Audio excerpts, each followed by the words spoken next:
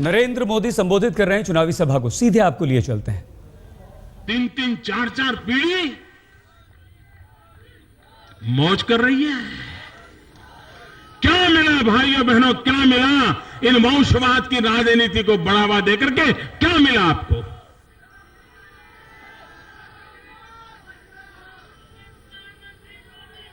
भाइयों बहनों,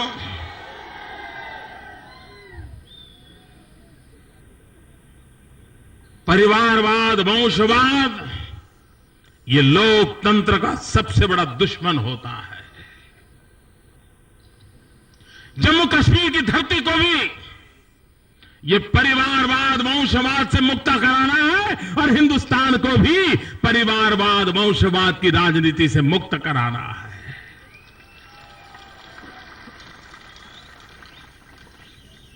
भाइयों बहनों,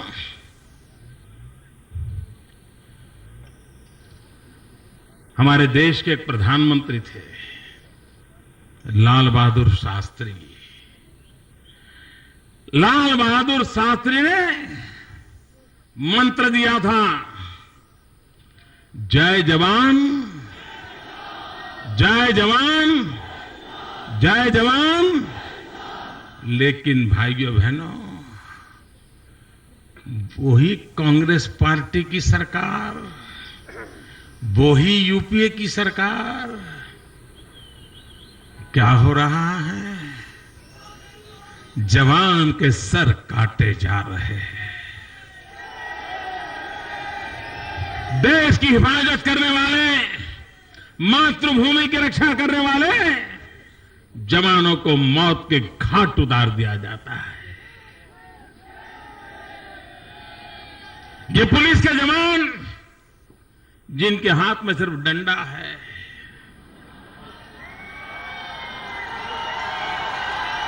और आतंकवादी आकर के उन्हें मौत के घाट उतार दें, उनके बच्चों का क्या गुनाह है? क्या गुनाह है उनके बच्चों का कि उनसे उनके पिता को छीन लिया जाए? क्या ये है तुम्हारा जय जवान? भाइयों बहनों, लाल बहादुर शास्त्री ने कहा था जय किसान। आज देश में हजारों लाखों किसानों को आत्महत्या करने की नौबत आई है। मैं कुछ दिन पहले विदर्भ में मैं गया था। विदर्भ का कोई गांव ऐसा नहीं है कि जहां किसान ने आत्महत्या न की हो। भाइयों बहनों, लाल बहादुर शास्त्री के शब्दों को याद करता हूं। कहां गए वो मंत्र जय जवान जय किसान के? आज की कांग्रेस का तो नया नारा मुझे लगता है, आज के यूपीए का तो मुझे नया नारा लगता है। लाल बहादुर शास्त्री कहते थे जय जवान जय किसान, आज की कांग्रेस कहती है मर जवान मर किसान।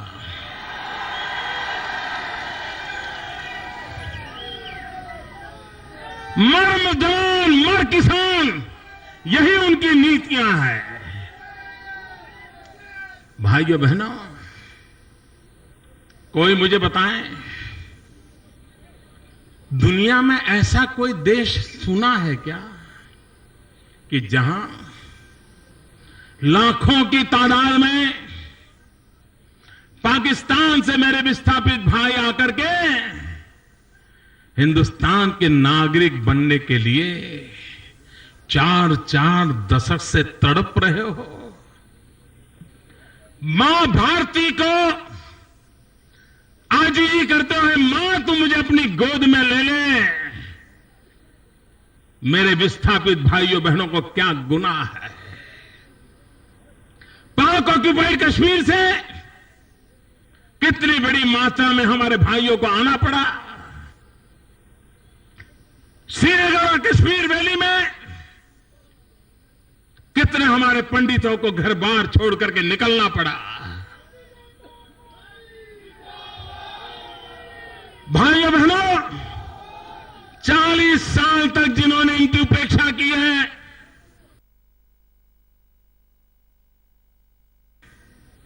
मां का बेटा इन्हें अधिकार नहीं दे पाए, ऐसी सरकार को जम्मू कश्मीर की धरती पर 1 मिनट रहने का अधिकार नहीं है। ऐसे शासकों को दिल्ली में एक पल रहने का अधिकार नहीं है। और इसलिए भाइयों बहनों, मैं हैरान हूं, हमारे देश में बांग्लादेशियों को तो भारत का नागरिकत्व मिल जाता है, मतदान का अधिकार मिल जाता है, लेकिन भारत मां के लिए जीने मरने वाले ये पश्चिमी पाकिस्तान से आए हुए मेरे भाइयों को भारत मां का बेटा कहने का अधिकार नहीं मिल रहा है। यह अन्याय के खिलाफ मैं लड़ाई लड़ना चाहता हूं भाई। क्या उनको हक मिलना चाहिए भाइयों? उनको हक मिलना चाहिए, उनको नागरिकत्व मिलना चाहिए। भाइयों बहनों, ये जिम्मा हम निभाने को तैयार है। कब तक? और इसलिए भाइयों बहनों, देश वादों से तंग आ चुका है। नेक इरादे चाहिए, नेक इरादे चाहिए। भाइयों बहनों, आजकल पाकिस्तान को 3 सिपाही सालार मिल गए हैं, जिनकी पाकिस्तान में बड़ी वाहवाही हो रही है, जिनका पाकिस्तान में बड़ा रुतबा चल रहा है। पाकिस्तान के अखबारों में उनके बयानों को कोट किया जाता है।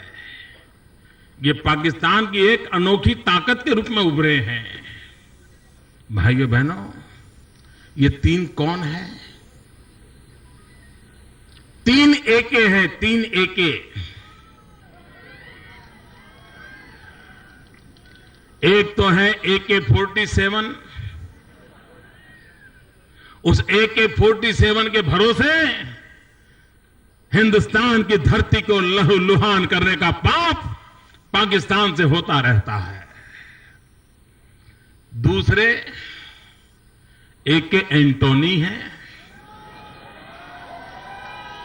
भारत के रक्षा मंत्री।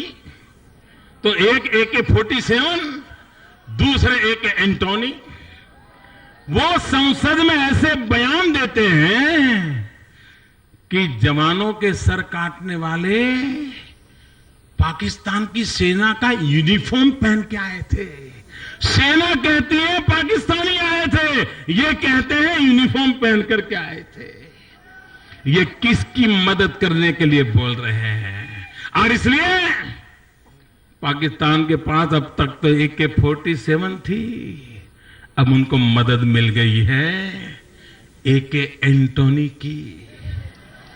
एक दूसरे हैं, वो तीसरे हैं AK-49। वो है AK-49। ये AK-49 ने अभी एक पार्टी को जन्म दिया।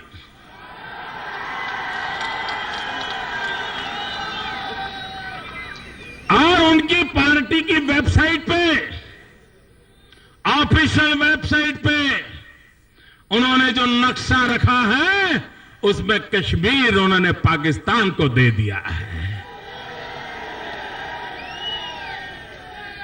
ये तीसरे AK-49 के एक सिपाही सालार हैं, उनके बड़े साथी।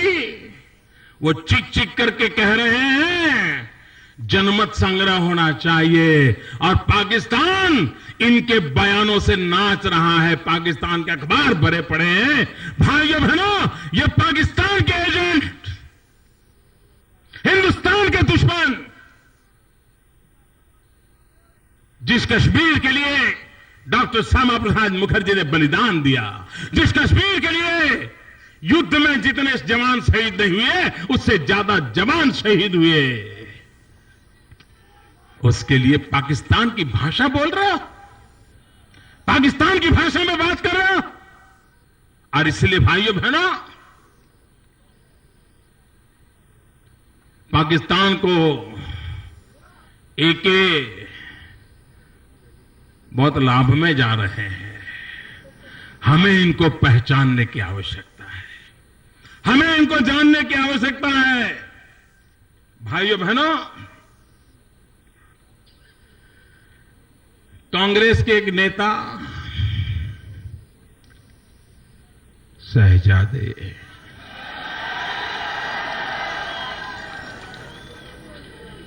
वो कहते हैं कांग्रेस एक सोच है, सोच। मैं कहता हूं कांग्रेस सोच में पड़ गई है।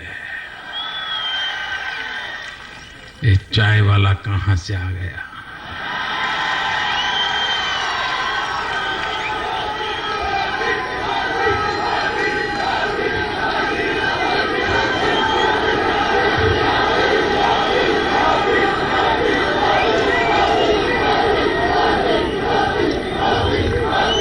उनको बड़ी पीड़ा है। और ये कांग्रेस पार्टी है जहां लोग कभी गुलाम हो जाते हैं तो कभी आजाद हो जाते हैं। भाइयों बहनों, वो कहते हैं कांग्रेस एक सोच है। मैं शाहजादे से कहना चाहता हूं, देश आपकी सोच के कारण तबाह हो चुका है। देश आपकी सोच को अब ज्यादा झेलने की ताकत भी नहीं बची है। बहुत झेला, तय करो।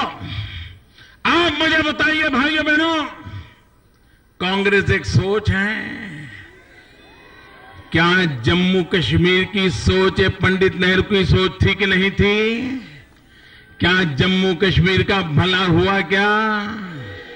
अगर सरदार पटेल की सोच होती तो कश्मीर का भला होता या न होता? तय देश को करना है कि सोच पे आगे बढ़ना है। भाइयों बहनों, कश्मीर के लिए डॉक्टर श्यामा प्रसाद मुखर्जी की सोच सही थी कि शेख अब्दुल्ला, उनके पिताजी, इनकी सोच सही थी? भाइयों बहनों, ये कांग्रेस की सोच, ये अटल बिहारी वाजपेयी की सोच देखिए, जिन्होंने वर्षों बाद कश्मीर में एक विश्वास पैदा किया था, कश्मीर के नौजवान में एक आशा पैदा की थी। जम्मू कश्मीर के नौजवानों को लगता था कि अब हमारे अच्छे दिन आएंगे। और मैं कहता हूं भाइयों, अटल जी को एक 5 साल और मिल जाते ना, जम्मू कश्मीर की शक्ल सूरत बदल जाती थी।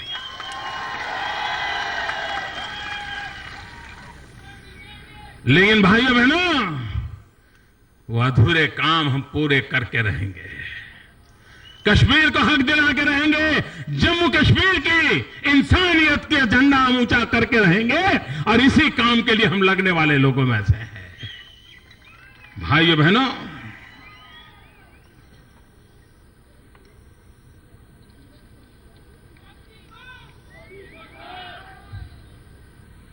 मैं पूछना चाहता हूं, देश में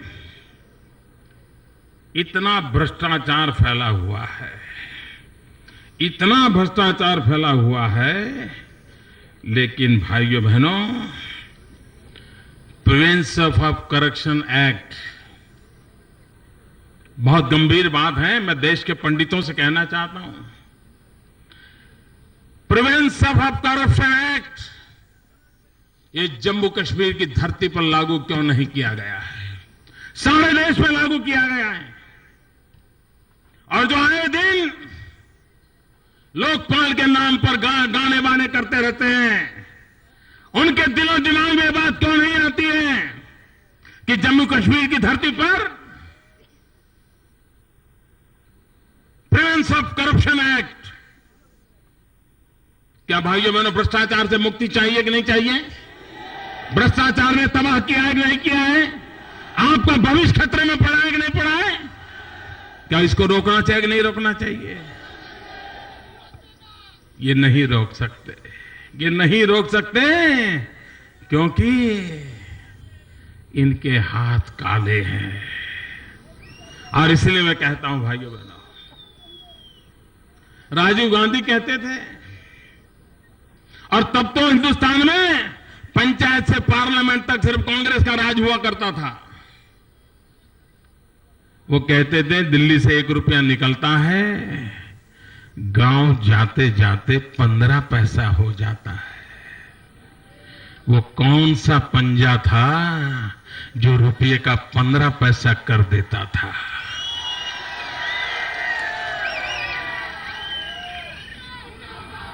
भाइयों बहनों, और इसलिए मैं कहता हूं, जब तक रुपये को 15 पैसा कर देने वाला पंजा नहीं जाएगा, तब तक देश में से करप्शन नहीं जाएगा। भाइयों बहनों, क्या कारण है कि यहां पिछड़े लोगों को अधिकार नहीं दिए जा रहे, शेड्यूल ट्राइब को अधिकार नहीं दिए जा रहे, मेरे गुजर परिवारों को अधिकार नहीं दिए जा रहे हैं। हिंदुस्तान में जो अधिकार औरों को मिल रहे हैं, जम्मू कश्मीर में उन अधिकारों से उन पिछड़ी जातियों को वंचित रखा गया है। और कांग्रेस पार्टी जो इतने दिनों तक अगड़े पिछड़े की राजनीति करती रही है, वो जम्मू कश्मीर में आकर के उसके मुंह पे ताले क्यों लग जाते हैं? कि यहां का गरीब गरीब नहीं है क्या? मुझे बताइए भैया, यहां का गरीब गरीब नहीं है क्या? यहां का पिछड़ा पिछड़ा नहीं है क्या? जो देश के नागरिकों को अधिकार मिले, हम मिलना चाहिए नहीं मिलना चाहिए? लेकिन भाइयों बहनों, इसके लिए आवाज उठाने की न उनकी ताकत है, न उनके इरादे हैं। और इसलिए भाइयों बहनों, मैं आज आपके पास आया हूं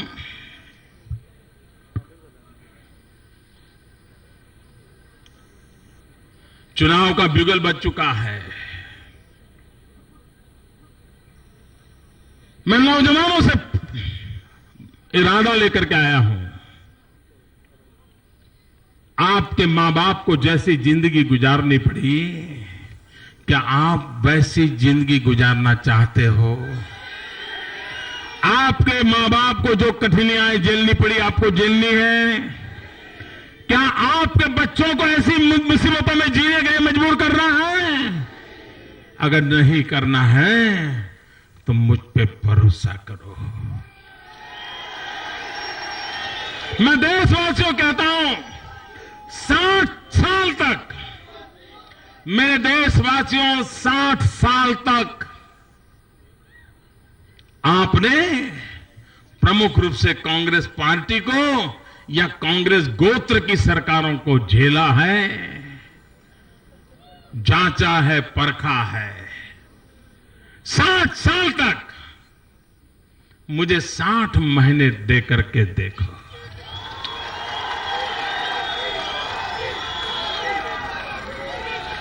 मैं ज्यादा नहीं मांग रहा हूं। उन्होंने 60 साल में जो बर्बादी लाई है, मैं 60 महीने में देश को उससे बाहर निकालने का इरादा लेकर के आया हूं भाई।